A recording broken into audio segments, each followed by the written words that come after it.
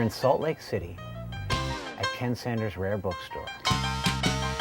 We're going to have a conversation with Ken and see if he has anything to say on the subject.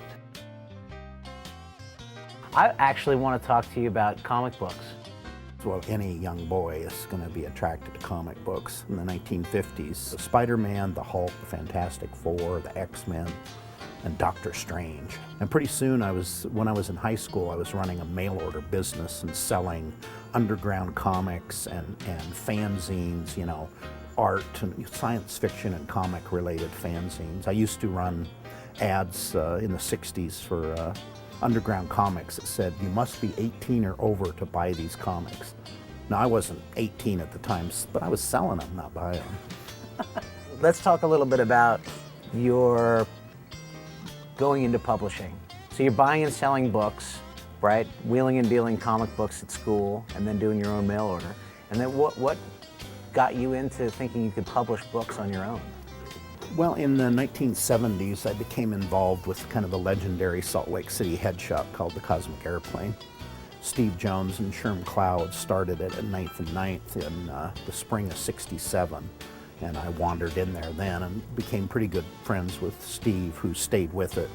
They approached me about managing a bookstore, and I turned them down, and I talked my way into a three-way partnership.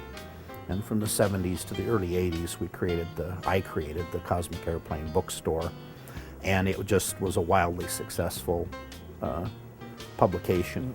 Would you consider yourself a bibliophile? What do you think of that term? Oh, I think it's a fine term. You know, Nicholas Basbanes, in his wonderful book he wrote some years ago, he defines it as a gentle madness, and that's the title of his book. Bibliomania is the gentle madness, though it always isn't so gentle. I've read that it's not just about the book, reading the book itself. It's about the book. You have to devour the book. It's the smell of the book. Oh, yeah. And the pages of the book. Any good bibliophile smells their books. It's a pretty powerful smell. It's the smell of entropy, I guess. Because literally, I mean, there's even one guy called his place the American Dust Company.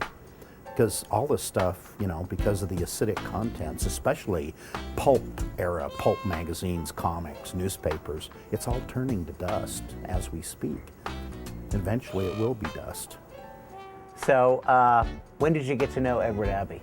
Back in the Cosmic Airplane days in the 70s, when he lived in Moab, Utah, he used to come in the store, and I became friends with him and started doing publishing projects with him, and then that went on from there to eventually we used to go down we used to plan these river trips down the Green and the Colorado River, but like back, you know, like in November, you know, off season. Right. So Ed would like go down to either have Ken Slide or the Moki Max or somebody haul him down to the river, either on the Colorado or the Green, and he'd put in and go down the river for a week or so by himself.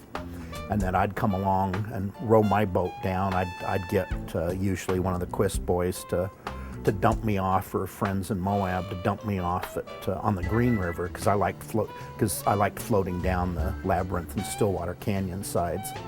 And then Ed and I would rendezvous up somewhere.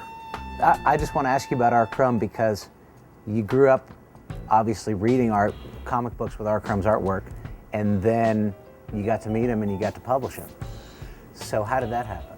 Well, when Ed gave me permission to do we were going to do a 10th anniversary of the Monkey Wrench Gang in '85, because it was first published in '75.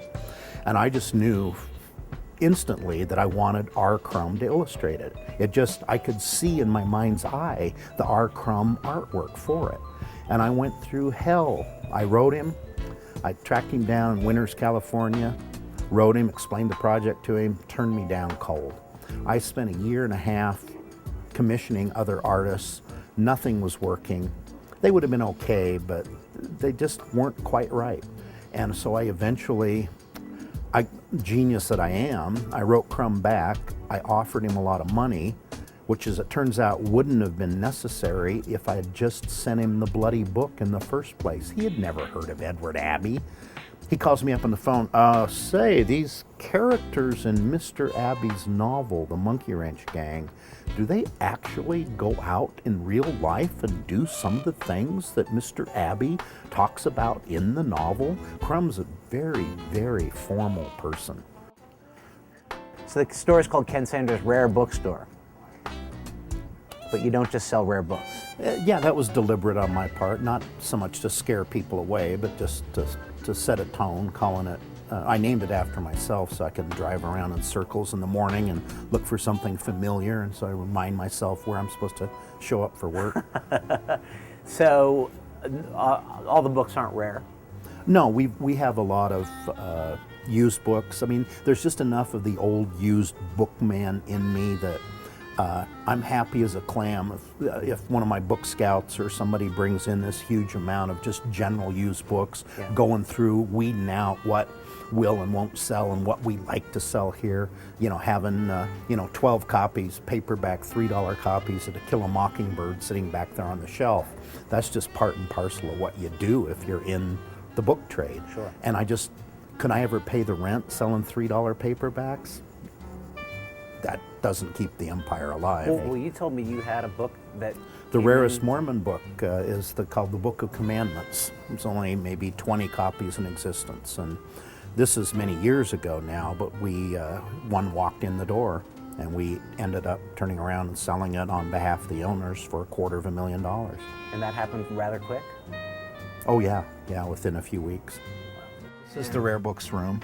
We don't really lock them up in here, but this is where we control the access and keep the expensive stuff so it doesn't walk out of here. Climate control issues or humidity issues? Yeah, there's no heat at all in here, so we keep it like a meat locker this time of year. Yeah, to preserve the books. I'm just kidding. Is that a Hemingway first edition? Yeah, this is one of his later works, The Old Man and the Sea.